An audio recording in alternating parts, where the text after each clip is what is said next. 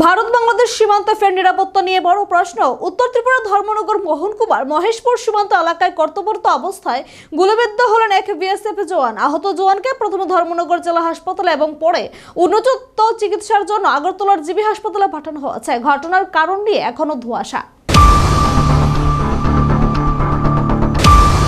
উত্তর ত্রিপুরার ভারত বাংলাদেশ সীমান্তে ফের চাঞ্চল্যকর ঘটনা। ধর্মনগর মহকুমার অন্তর্গত মহেশপুর সীমান্ত এলাকায় কর্তব্যরত অবস্থায় গুলিবিদ্ধ হন বিএসএফ জওয়ান বিপিন কুমার, বয়স 25 বছর।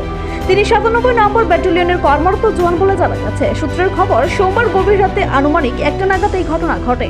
জওয়ানের বাম হাতের উপরের অংশে অর্থাৎ কাঁধে দুটি গুলি লাগে। তবে ঠিক কি কারণে বা কোন পরিস্থিতিতে এই গুলিবিদ্ধ হওয়ার ঘটনা ঘটেছে সে বিষয়ে এখনো পর্যন্ত বিএসএফ এর পক্ষ থেকে কোনো বিবৃতি দেওয়া হয়নি। আহত অবস্থায় দ্রুত তাকে উদ্ধার করে ধর্মনগর জেলা হাসপাতালে নিয়ে আসা হয়। সেখানে প্রাথমিক চিকিৎসার পর তার শারীরিক অবস্থার কথা বিবেচনা করে উন্নত চিকিৎসার জন্য আগরতলার জিবি হাসপাতালে রেফার করা হয়। ধর্মনগর জেলা হাসপাতালের চিকিৎসক ডক্টর পড়াশোনা ভট্টাচার্য বলেন, বিএসএফ কর্মীরা এক আহত জওয়ানকে হাসপাতালে নিয়ে আসেন। তার বাম কাঁধে দুটি গুলির চিহ্ন রয়েছে।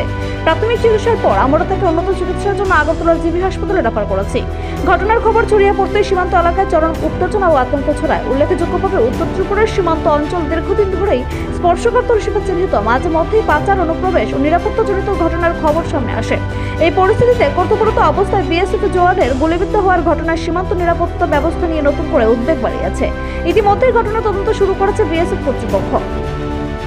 আজকে একটা পেশেন্ট বিপিন কুমার 25 বছর, মেল, বিএসএফ 97 ব্যাটালিয়নে আছে, আইসিএমআরসি ডিপার্টমেন্টে with fire history of firearm ইঞ্জুরিটা হয়েছে লেফট সোলজার এরিয়াতে।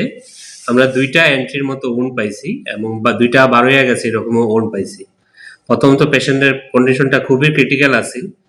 আমরা প্রাইমারি ম্যানেজমেন্ট করার পরে এখন পেশেন্ট মোটামুটি স্টেবল আছে।